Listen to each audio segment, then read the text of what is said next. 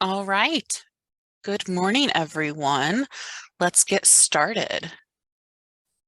Thanks for coming to today's cataloging interest group. I will, of course, point out today is May the 4th. So you will see some fun little icons on most of the slides because, why not? Today's agenda, we, of course, will go over resources available to you as catalogers, whether you are in Evergreen, Indiana, which obviously you are, or just for catalogers in general. We're also going to talk about a little bit about permissions management, kind of just where libraries can manage their own like staff permission profiles, and then where the admin team comes in, where we what profiles we manage. We are also going to talk about how to become a cataloger in Evergreen, Indiana, just kind of the steps that how to receive your Cat 2 and then Cat 1 permissions. The primary thing we're going to cover today is authorities, what they are and how they are used in Evergreen. I will preface this by I do not know everything about authorities. I'm really fascinated by them though, and I wanted to share what I have learned and kind of how they are currently being used in Evergreen with a few caveats because the authorities in the Evergreen, Indiana system don't work as they possibly should just yet, but they're on their way. And then we're going to just briefly cover upcoming events. The useful resources, these are all available in the useful websites for catalogers page that I have created. I did want to point them out specifically because we are covering authority data today. So I wanted to bring those to the forefront for you as information that you use and information that I used to put these slides together for today. Wanted to link to the Evergreen, Indiana cataloging policy, which of course includes cataloging standards for training, as well as what the certified copy catalogers or Cat 2s and Cat 1s are able to do in the system, as well as standards we have for our permanent records that we have in our catalog. We are going to talk about information taken from the Understanding MARC Authority Records website. This is where I started. This is a great resource to learn about how they are, what MARC Authority records are and how they're put together. This is was put together by the Library of Congress. We have a link to the authority search of the Library of Congress, which we'll be using today, and the MARC 21 format, which kind of goes over all of the tags available for authority records. As always, I want to point out that the scholarship for Cat 1 holders to take MCLS courses is available. Please contact Ruth with the course information and its link. I mean, you can also contact me, but I will forward them to Ruth because I don't have authorization to actually purchase the courses for you. So, I mean, it'll get to Ruth one way or the other. Just a quick glance over which staff profiles are managed at what level. We at the admin team manage the Cat 1 administrators and acquisitions permissions. All other permission levels, including circs, Cat 2, Cat 3, and serials, can be managed by at least a local admin at your library. So if you ever try to edit a Cat 1 or a local admin profile at your library, you might run into a message that says this is not editable at your level. Primarily have two types of catalogers in Evergreen, Indiana. There are 3 profile types, but Cat 2 and Cat 1 are the main ones that we find are being used in the system. Cat 2s, they are our copy catalogers. They can attach holdings to existing bibliographic records. They can edit their own call number and item level data, and they can also create and edit monograph parts. Cat 1s, they can do everything allowed copy catalogers, so attaching holdings, editing their library data, and editing, creating monograph parts, but they also have the capability of creating and editing MARC records, which also includes importing and overlaying records. They can also merge and update those records, as well as delete those records from the catalog, and along the lines of the monograph parts, they are able to delete and merge those parts as well. And they also have the ability to add cover art images to the bibliographic records using the cover art uploader function. So how do we obtain Cat 2 permissions? Mostly for training, you need to either be locally trained by a Cat 1, or you can take the basic cataloging course on the Evergreen Learn website. Either one will work, and then once you have been trained or taken the course, your supervisor or local admin can either create a new profile for you or add a Cat 2 permissions as a secondary group to your account. To retain your Cat 2 permissions, it's pretty simple. They don't expire. The profiles themselves do expire after 2 years, like all staff accounts and like resident profiles, but they don't expire like Cat 1s can. I will always recommend watching webinars to keep up to date when things change, or if you just need a refresher. At this time, there is only one true way to obtain Cat 1 permissions, which is by participating in the advanced cataloging webinars. Eventually, it will be an asynchronous course that Cat 2s can take at their own pace, and then Cat 1s will be able to watch sections to kind of refresh their memory if they need to. Once you've taken the training, you will need to have your supervisor or director email the Evergreen admin team, whether it's myself or Ruth, to request the addition of those permissions to your staff account. We will confirm that you have taken the webinar and update your account.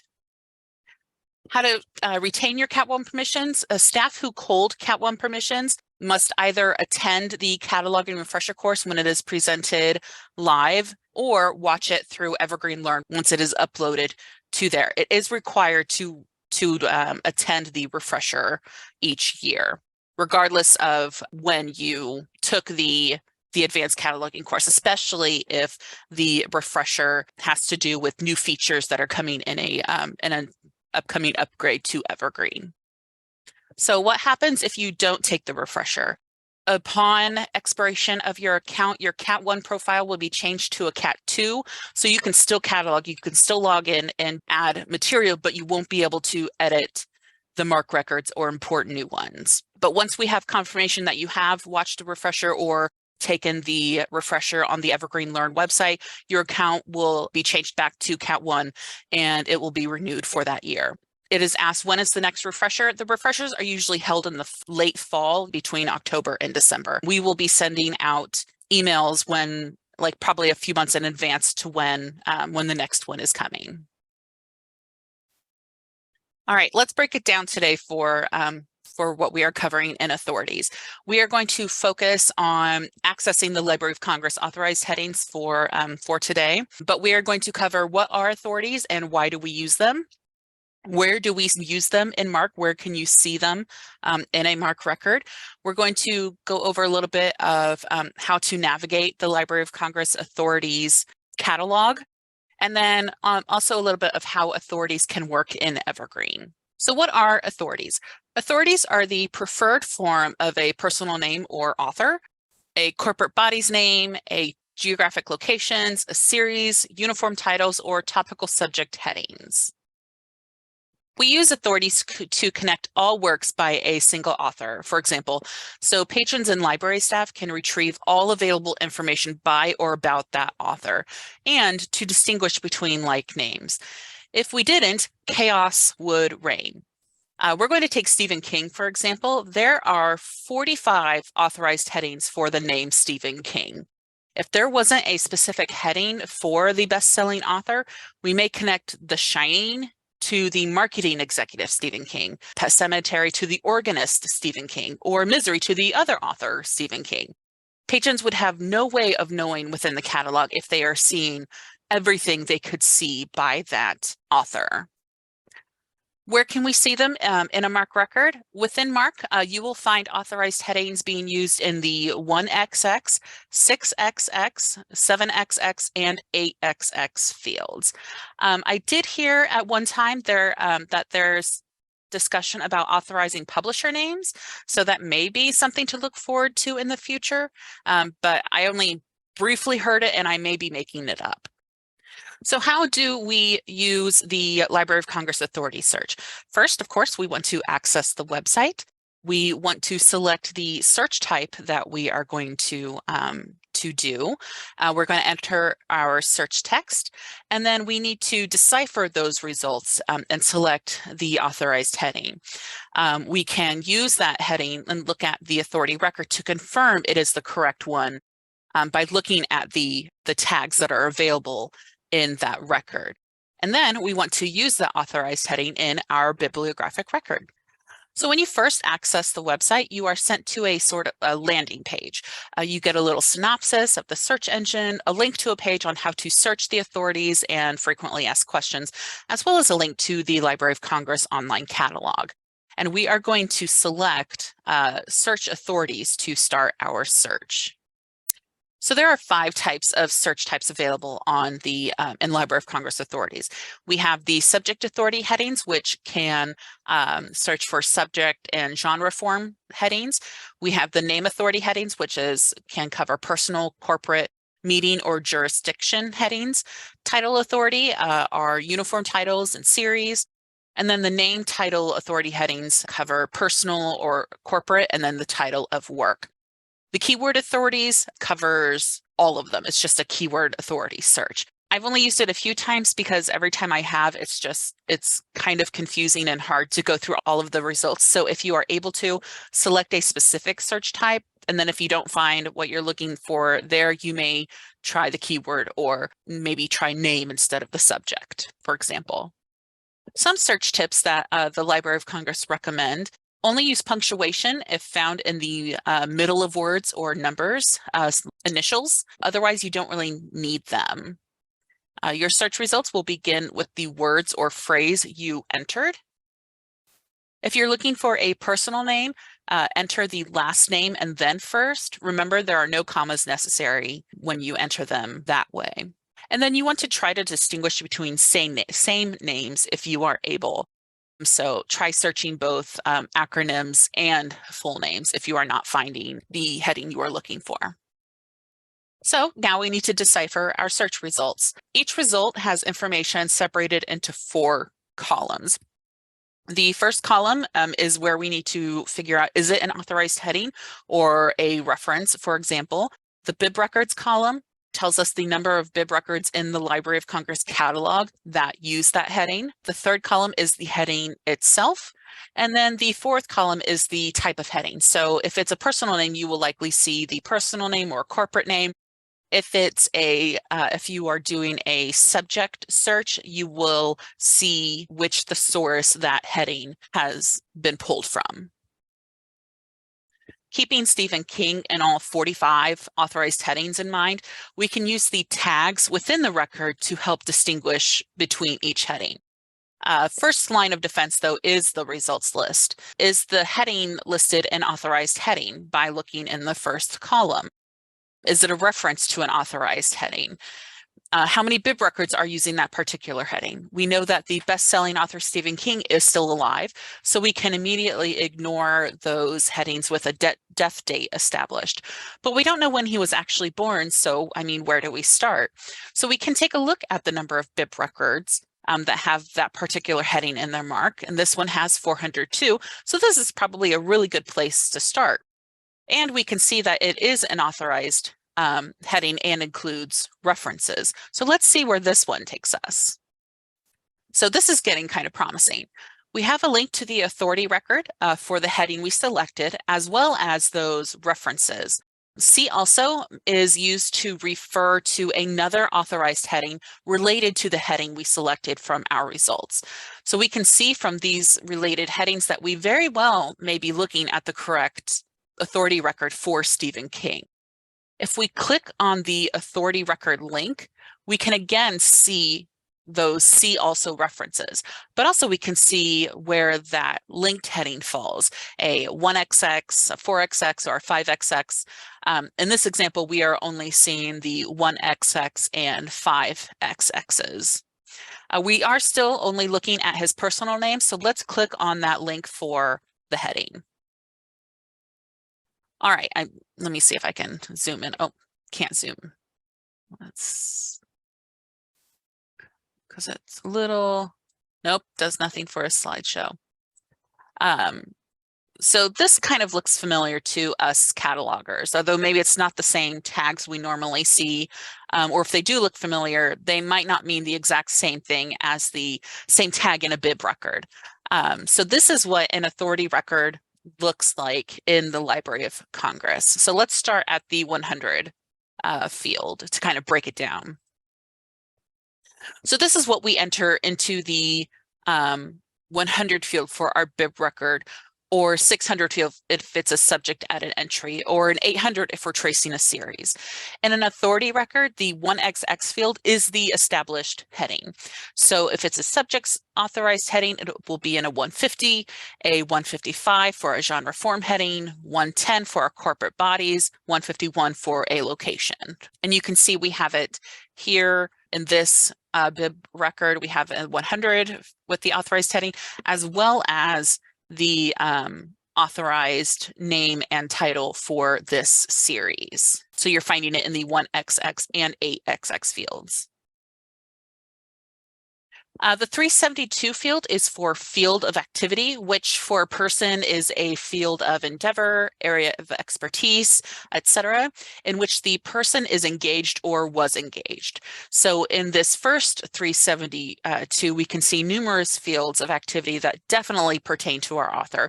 We can see horror tales, motion picture authorship, television authorship, because we know he has written made for TV movies like Rose Red, motion picture authorship. Of course, we have like The Shining, Pet Sematary, and things like that. The 4XX tag is used to direct other non-established forms of the heading. So in this case, a personal name to the established headings. So if we were to search for Stephen King in the authority search, see right here, it was listed as a 400. We'd get the results that tell us that the heading is a reference to an established heading. So if we clicked on that reference, it would give us an authority record link as well as the C King Stephen 1947, which is the true authorized heading for Stephen King for a personal name. The 5XX fields in an authority record point the viewer to other authorized headings, or C alsos. In King's authority record, he has an alternate identity listed as Bachman Richard. If we were to search for that name, we'd get Bachman Richard with the authorized and references. When we click on that and access that record, we can see the 500 field points toward his real identity and to the established heading for his real name. The 670 is where sources are cited that relate to the entity in the 1XX field. It includes where the information was taken, in this example, Stephen King's official website, also the URL and the information found from the source. Each source citation is contained in their own 670 field. So you can see here there are a number of 670 fields for Stephen King's authority record. The 680 can help define what the heading in the 1XX field is used for, and possibly what other headings may be assigned based on the contents of the item in hand. So for this example, this is the record for the subject heading Life Change Events. There is a 680 that describes when this heading can be used. So here it says, here are entered works on those social, psychological, and environmental occurrences which require an adjustment or affect a change in an individual's pattern of living. So now, if we were to search for life change events as a subject heading, so make sure subject heading and subject authority headings is selected by default when you bring up the search. So we're going life change events. Okay, begin search. So we can see there is an authorized heading, references, and notes. So we click on that. We see a link to the authority record, a scope note, and a C also, or what was in the button, a reference. If we click on scope note, it gives us that 680 field without having to go through the entire record. But I will say not all headings have a 680 though. Okay, let's take another live look and perform a couple different searches. So I'm going to go back to Congress authorities. I will click new search. I will say if you do a search in the authorities, there is a timeout function where it will tell you need to perform a new search. It's a little annoying, but I mean, it is what it is. So, okay, so let's do a subject heading let's do parakeet. So if we search for the heading parakeet, we can see a lot of references to other headings, but only one authorized heading from, let's see, let's find it. Where is it? It has moved on me.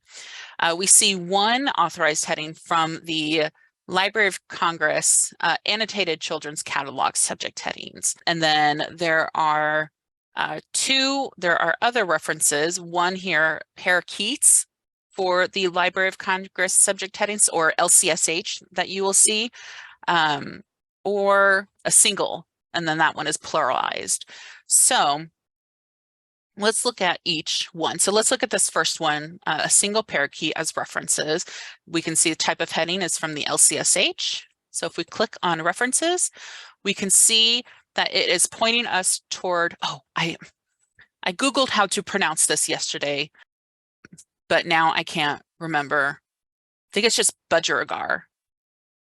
So if we were to either click on authority record, it would take us to a used for or see from that same term. And then we can see that this is the actual authorized heading for parakeet, for the single term parakeet.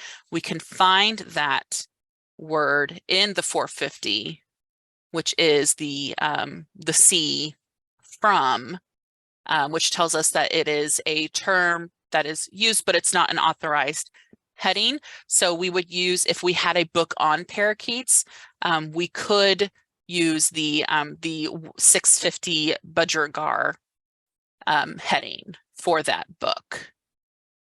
Okay, let's go back and do the authorized heading for the Library of Congress children's. So we have authorized heading. So this should take us directly to that field heading 1XX parakeets.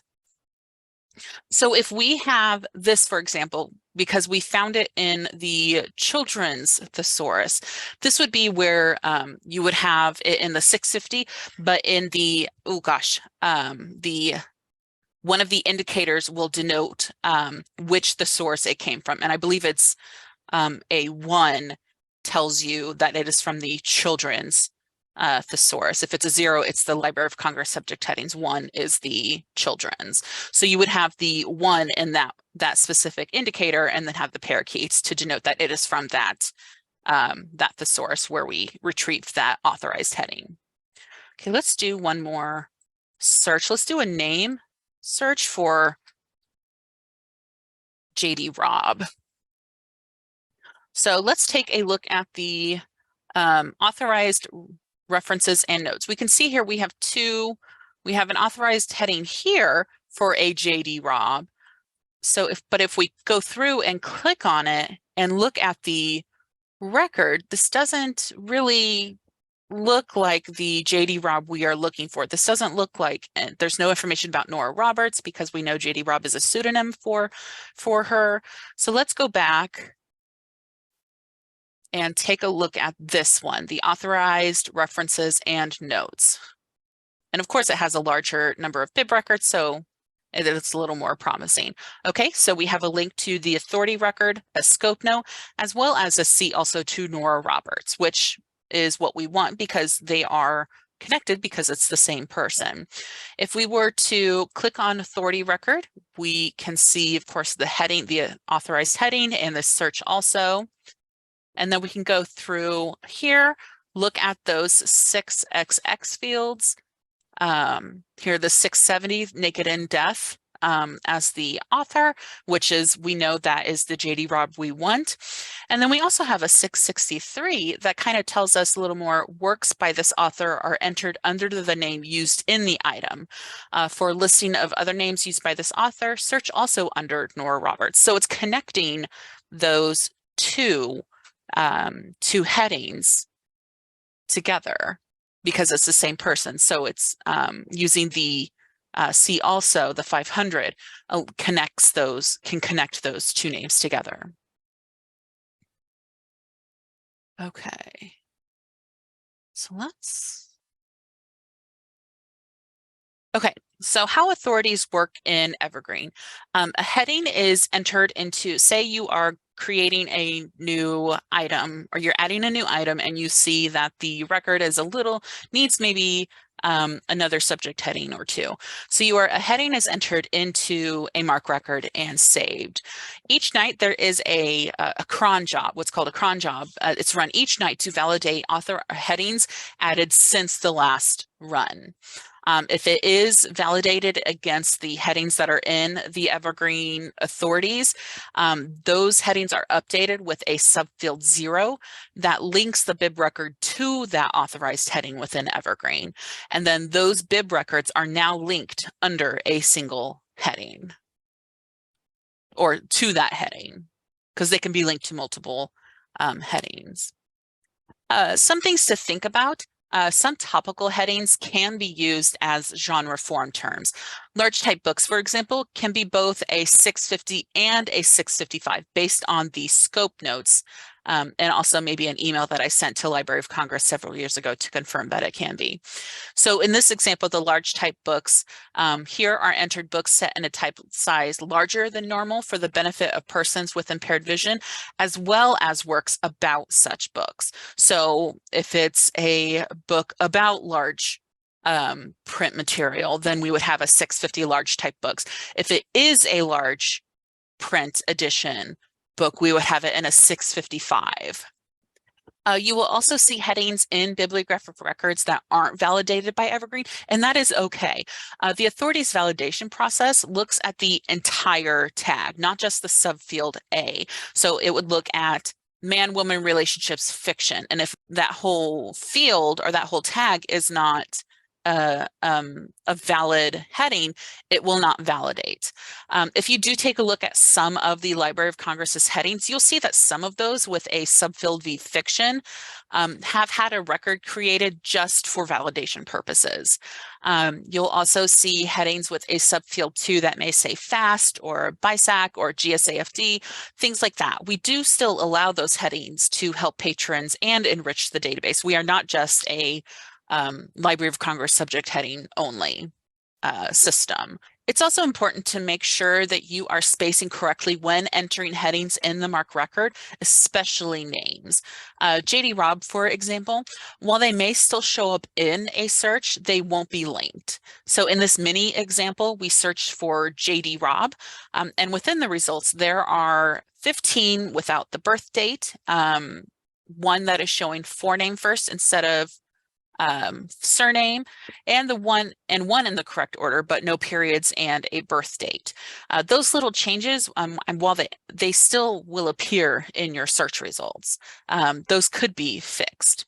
Now, sometimes overdrive records will not have the correct heading entered, whether it's the personal name or series title. That is just something that we kind of just have to work around a little bit. Some other issues may run into, since we have an automatic, a job that performs automatically each night to validate those new headings, we don't recommend manually validating heading, which is something that is available in Evergreen. We don't recommend doing that because let the system do its thing. Also, when you try to manually validate a heading that you just entered, it does not take into account your punctuation. So like the period at the end of the subfield A or the indicator that tells us which thesaurus it's coming from. It will not bring those in if you manually validate. We're not sure why. We think there's either a setting or something wrong with the manual validation. So just ignore it and let the job do its thing each night. And we've had some issues with searching authorities in Evergreen in the managed authorities that it doesn't really sort correctly. It's kind of questionable sometimes. We can take a look at that real quick. But I can also show you how we look at our authorities. So if we go to the cataloging menu and go to manage authorities, we can enter a search term. Let's do, I mean, why not? Now, this is where it is different from the Library of Congress. If we did not, we have to put in a comma between the first and last name, because if we were to just put in King Stephen and select the authority type author, it's not going to give us what we are looking for, at least at first. We would need to go through those pages to find what we are looking for. But if we were to put in that comma, it will take us directly to the author we are looking for. So it's kind of, it doesn't seem to be as intuitive as the Library of Congress heading catalog, which in some ways is to be expected because the Library of Congress has had a lot longer to sort out the kinks on that.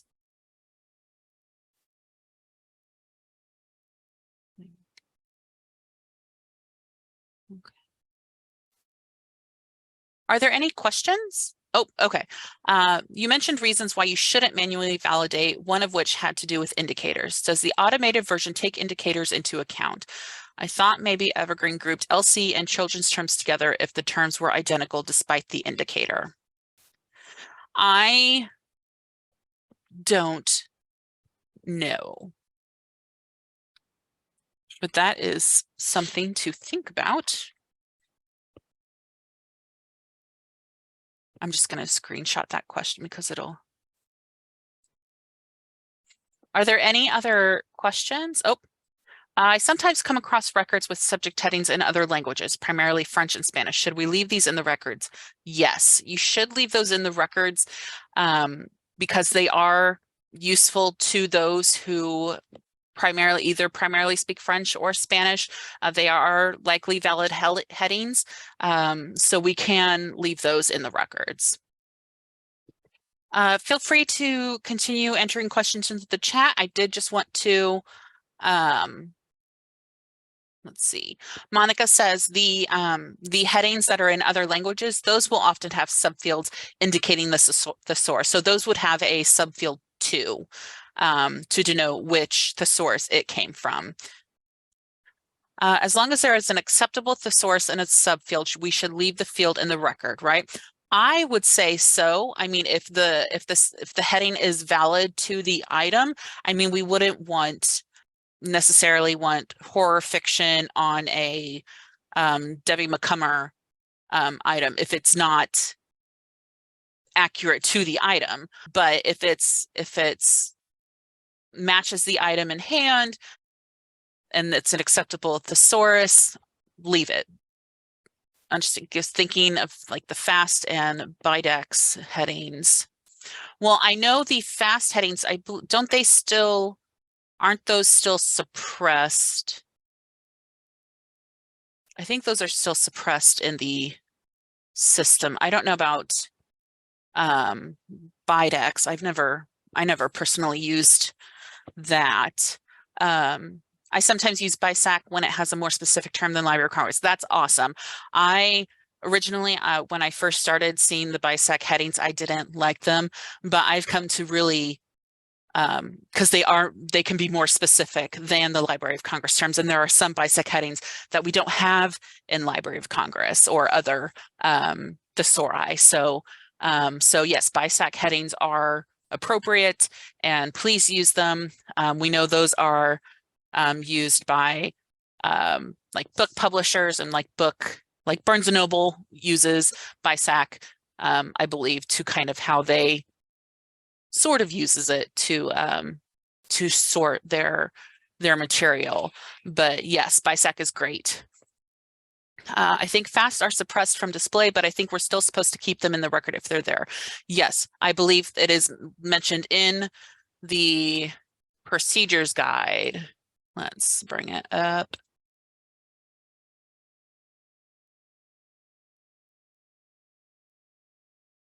Let's do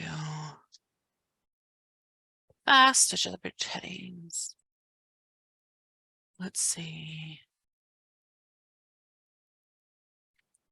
Okay, because they are based on vocabularies used by LOC, and therefore seem repetitive, they are suppressed from public display, but they are legitimate headings and should be retained.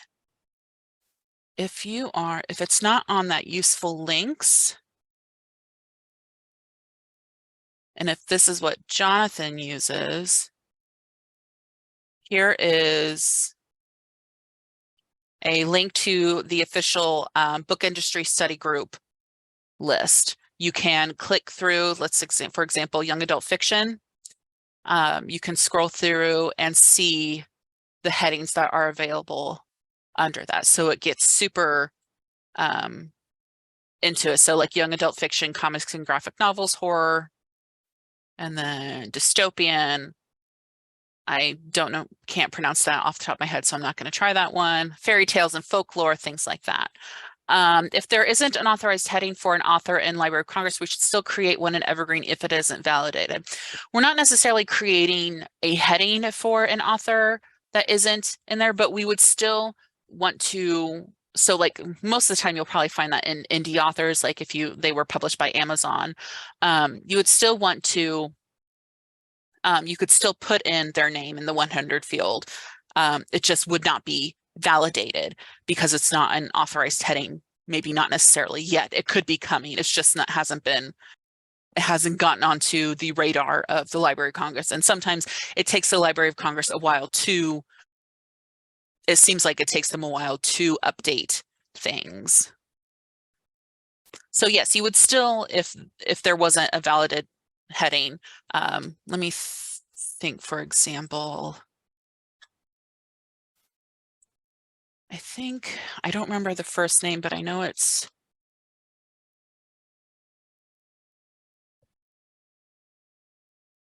let's see, Tide Pool by Nicole Wilson. So she was not authorized when I believe it might have, yeah, brought in this record. So I added her name as appeared on the item, and then I added the subfield E with author. Actually, let's see if it's in here yet. That would be name, because we are looking for a personal name. Oh, I've already forgotten what her first name is. Nicole.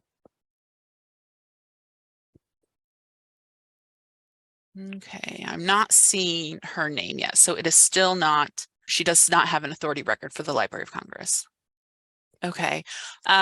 Monica recommends before adding the author's name in a 100, she recommends checking the Evergreen, Indiana catalog for any other records by the author.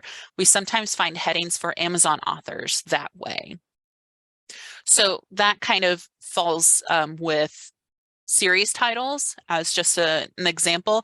If there's no authorized heading for series titles, the next thing you want to do is look through the Evergreen Indiana catalog to see if another library has already established a series title for that, and then use that same name across records.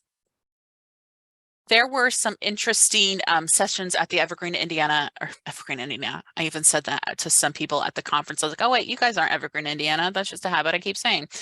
The Evergreen International Conference, there was a session on BibFrame. So here is the recording for that session. There is a recording for the Andrea and Ruth show, which was pretty good. And I'm going to be honest, it's new features highlighted in 310 and 311. And then also there was an Authority Fest Redux, which just kind of talked about it was a add-on to the previous year's international session on authorities. I think we just talked about problems that we were facing, things that were coming up that are being fixed, like the queued ingest functionality. Woohoo! So those might be of interest to you. So lots of links. And those are eligible for LEUs, as Ruth just told me. Yeah, but again, follow the continuing ed policy on LEUs. Or not again, but FYI. The Evergreen Community Cataloging Interest Group meets next on Tuesday, May 9th at 2 p.m. We just share information about cataloging workflows in Evergreen. We talk about issues we might find with the software itself, like bugs that we are coming across. It's really interesting. It was nice being able to meet some of these people in person finally. And it was great just chatting with them. So if you're interested in looking at cataloging in Evergreen at the community level, not just Evergreen, Indiana, you might be interested in attending one of these if you are able. And then also the calendar events, we have a lot of training coming up. We are hosting the advanced cataloging next week on May 9th and 11th at 10 a.m. So that's coming up, of course. Then we're doing basically all of the Evergreen fundamentals, basic reports next week. We're doing circulation, searching the catalog, Colton Transit's local admin, and then we're also doing the OPAC webinar again. And then I am also hosting another advanced cataloging on Wednesday, May 31st and Friday, June 2nd, just as a different time frame for those. So if you are interested, or just keep an eye out on the Evergreen Indiana calendar, because we try and post what's upcoming as soon as we are able. But that is all I have for you today.